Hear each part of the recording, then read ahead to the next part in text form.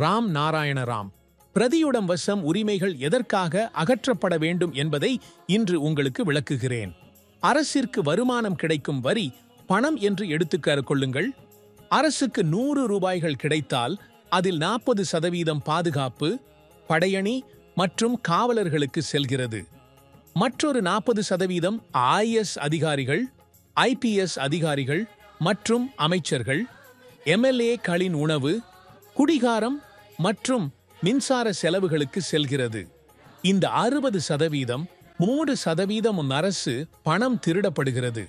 நான் யார் திருடுகிறார்கள் என்று சொல்ல விரும்பவில்லை, அது அரசு அறிவதுதான். 150 கோடி மக்கள் இந்த 25% பணத்தை பெறுகிறார்கள். அது முழுவதும் அவர்களுக்கு வராது. அது மாநில அளவில் வழியில் திருடப்படுகிறது. ஆகவே இந்திய மக்களுக்கு 100க்கு பதிலாக வெறும் 20% தான் கிடைக்கும். நபர் உரிமைகள் அகற்றப்பட்டால் மக்கள் முழு பணம் பெறுவார்கள்.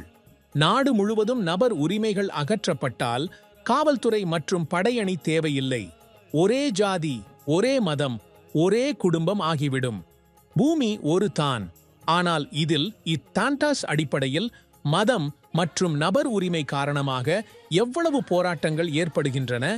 அது நமது அனைத்தையும் நாசமாக்குகிறது. இது இருக்கக்கூடாது. அதனால் நபர் உரிமைகள் விரைவாக அகற்றப்பட வேண்டும். எங்கள் ஒரு நாடு, ஒரு மதம், ஒரு வாழ்க்கை இருக்க வேண்டும்.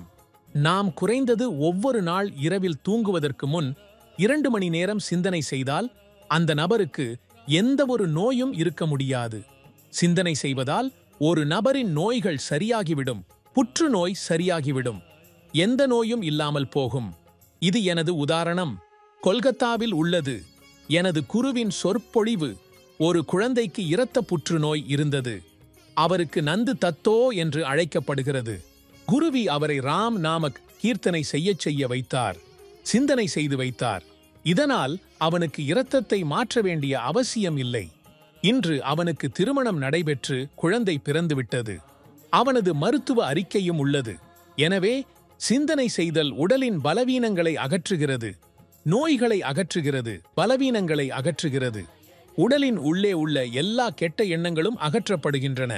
எனவே அனைவரும் சிந்தனை செய்ய வேண்டும். நபர் உரிமைகளை அகற்றிக்கொண்டு அக்குறிப்புகளை செய்ய வேண்டும். பசங்க, அவன் பள்ளியில் படித்தேன் என்று சொல்லியிருக்கேன். ஒரு குமாரன் இருந்தது. அவன் பேரு ஹுமாயூன். அவன் ஒரு பெரிய நோய் இருந்தது. அப்பொழுது ஒரு முனிவர் கூறினான், பார்த்து உன் சக்தியை அவனுக்கு கொடு. மனம் வைத்து உள்ளத்திலிருந்து சொல், ஹுமாயூனின் நோயை நீ எடுத்துக்கொள் என்று. அதுதான் நடந்தது. அவன் ஹுமாயூனின் சுற்றிலும் திரண்டு பார்த்து பாபர் சொன்னான், உன் பிரச்சனையை எல்லாம் நாம எடுத்துக்கொள்கிறோம் என்று. பாபருக்கு நோய் ஏற்பட்டு ஹுமாயூன் குணமடைந்தான். அவன் ராஜாவாக மாறினான். இது வரலாற்றில் இருந்துள்ளது. எல்லாருக்கும் தெரியும். இது நடக்க முடியும். இது பூமியின் அமைப்பில் உள்ளது. மனிதனின் உள்ளத்தில் உள்ளது. ஒவ்வொரு மனிதரும் மற்றவருக்கு நன்மை செய்ய முடியும், உதவி செய்ய முடியும், அன்பை தர முடியும். போர் எல்லாம் முடிந்துவிடும். பூமியில் நடக்கும் போர்கள் அரபு நாடுகளில் ரஷ்யாவும் மோடியின் பேச்சை கேட்டு இருக்கின்றது. சனாதன குழுவும் வழிகாட்டி இருக்கின்றது. மோடியிடம் என்ன செய்ய வேண்டும் என்பதை அவன் அறிவது. நீங்கள் மோடி மற்றும் யோகியை கூடுதலாக ஆதரிக்கவும், இந்திய மக்கள் அவர்களுக்கு வாக்களிக்கவும். அவர்கள் உங்களுடைய பணியாளர்களாக மாறுவார்கள். உங்கள் உதவிக்கு நின்று விடுவார்கள். ஒரே மொழி பேசப்படும். அது பங்காளி மொழி. மகாகுரு அவர்கள் எங்களுக்காக ஒரு புத்தகத்தை விட்டு சென்றனர். அந்த புத்தகத்தை இந்தி மற்றும் ஆங்கிலத்தில் மாற்றி நாம் அதை வைத்திருக்கிறோம். இந்த புத்தகத்தை படிக்க மக்கள் மேல் விரைவில் பசிபிக் பகுதியில் சேர்ந்து கற்றுக்கொள்ள வருகின்றனர். ஆகாயத்தில் எதுவும் அதிபர் போல தெரியவில்லை. சூரியனை பார்த்து நான் இன்று வெப்பம் தரமாட்டேன், ஏனெனில் நான் அதிபர் என்று கூறுவது உண்டா? அது ஒரு பணியாளன், சேவையாளர். பூமியில் உள்ள அதிபர்களாக, அமைச்சர்களாக உள்ளவர்கள் ஏன் சொல்கிறார்கள் என்று கேட்கின்றேன். நான் சேவையாளர் என்று. அவர்கள் சொல்கிறார்கள், எங்கள் அரசு நல்ல வேலை செய்தது.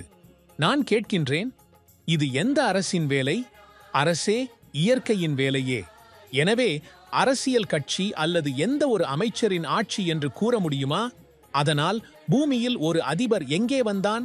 ஆத்தில் ஒரு அதிபர் இல்லை, சூரியன் அதிபர் இல்லை, காற்று அதிபர் இல்லை, தண்ணீர் அதிபர் இல்லை, பூமியும் அதிபர் அல்ல. பூமி சொன்னால், எனது உடலிலிருந்து நீங்கள் அகன்று விடுங்கள், நாம் எங்கே போகப் போகின்றோம்? ஆம் சொன்னால், நான் ஆக்சிஜனை தரமாட்டேன். நீர் சொன்னால், நான் நீர் தரமாட்டேன். என்ன ஆகப் போகின்றது என்பதை சிந்தியுங்கள். அவர்கள் அடிமையாக வந்துள்ளார்கள். அவர்கள் சிந்தனையாளராக மாறினால் பூமியில் உள்ள மக்களுக்கு காற்று முடக்கிவிடும். ஆகவே நபர் உரிமை இருக்கக்கூடாது. ஆத்தையும் இயற்கையையும் பாருங்கள். அது என்ன சொல்கின்றது? அதன் உரையை கேளுங்கள், அதை அன்புடன் ஒட்டுங்கள். அதே நம்முடைய வாழ்க்கையின் மூலமாகவும் நம்மை உருவாக்கியவை அவற்றாகவும் இருக்கின்றன. ஆம், நீர், மண், காற்று, சூரியன், பூமி, இந்த அனைத்து 5 உருப்படிகளால் நமது உடல் உருவாக்கப்பட்டது. மக்கள் பூமியில் கடவுளாக ஒரே மதத்துடன் பிறந்தவர்கள். அது வாழ்க்கை மதம். அவர்கள் அழுதபடி பிறந்தார்கள். எல்லாரும் அழுதபடி பிறந்தார்கள். எந்த மதத்திலும் உள்ள குழந்தைகள் எல்லாம் அழுதபடி பிறந்தார்கள். நாம் அனைவரும் ஒன்றாக இருக்க வேண்டும். அதனால் நபர் உரிமையை அகற்ற வேண்டும்.